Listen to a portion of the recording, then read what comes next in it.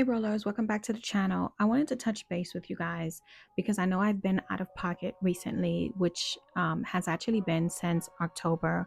So I wanted to explain to you guys why I haven't been posting any videos, because I felt like I've actually owed you guys that much explanation, because I've always said to you guys that you are like a family and I want to be as transparent as possible with you guys, as much as I possibly can. So this is what's been going on. So in October, while I was recording the um, Halloween videos, I started feeling out of mostly ill in itself. I've explained to you guys that I am actually a vet in and of itself. Me and my husband are both military veterans.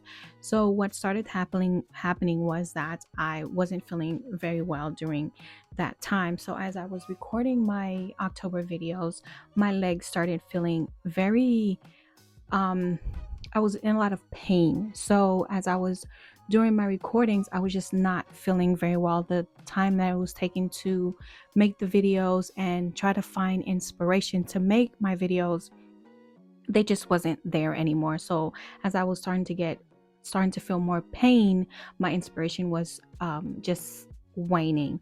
So what was happening was, in the evenings, as once I went to bed, my legs were in lot a lot of pain. So in the daytime, it was not as bad. It was just in the evening. And I'm aware of restless leg syndrome, which was in and of itself not as bad, as I've had it before, but this was in a different category in and of itself. So what was happening was, as the days was going on, it was getting worse in the evenings, and then to where I was not able to sleep. It was starting to get extremely painful. And as the days was starting to carry over, my legs were getting even worse, to where it was getting even more painful to just walk. So I reached out to my VA primary care doctor, and so she referred me to the ER. I finally went to the ER and they did some ultrasounds and they couldn't find anything, but they gave me a pill, which unfortunately made my situation, I would say it was a catch 22. It made me feel okay in that it relieved the pain that I was in at that moment. But because of the type of medication that it was, it made me extremely drowsy, in the event of where it made me fall asleep for 12 hours, and I was not okay with that.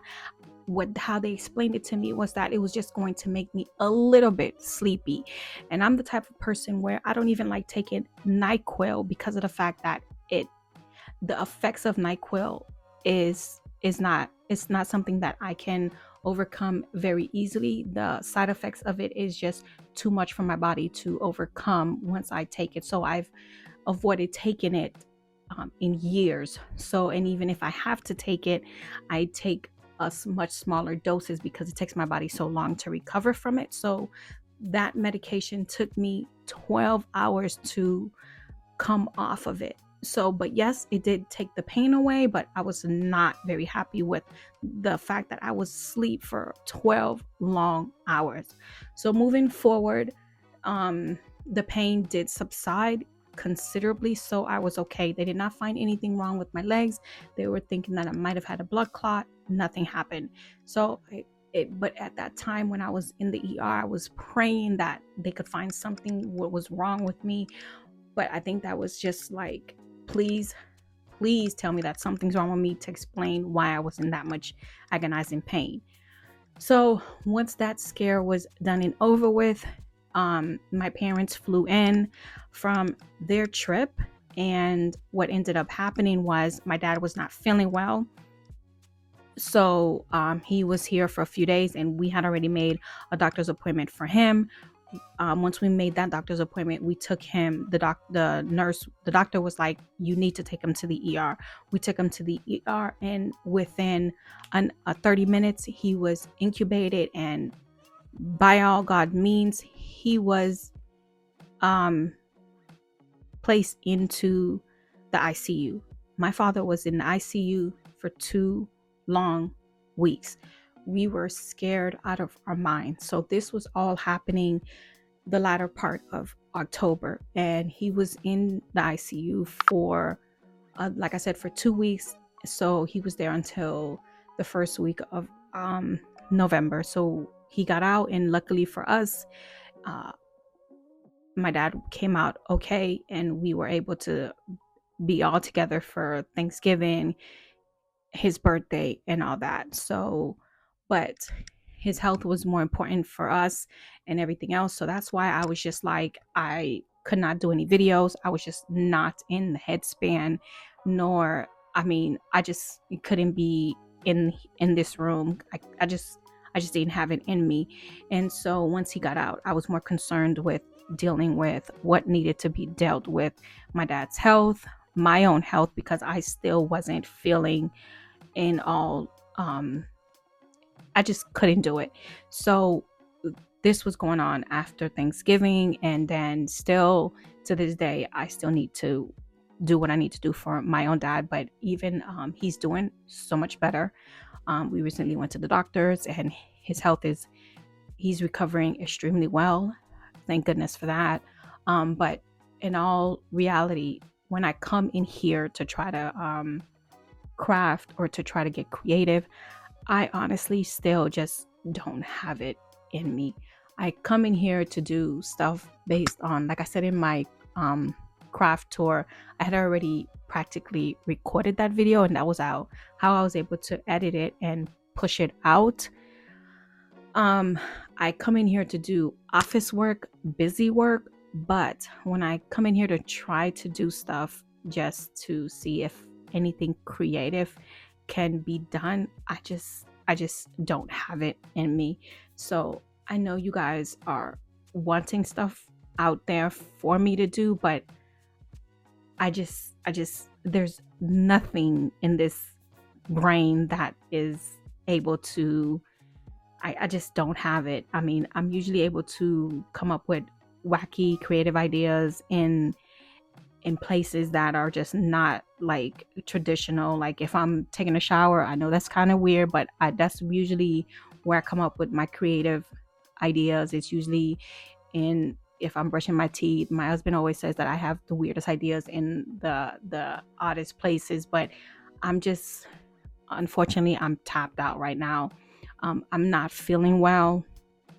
Um, During the latter part of the early part of October, I was also diagnosed with pre-diabetes, so I had to deal with that as well.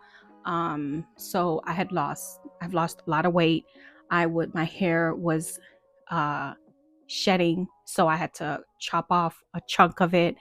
I don't know if you guys, I did have to dye my hair. I had to change. I mean, I lost a lot of my hair. I don't know if it was due to stress, if it was due to what was going on.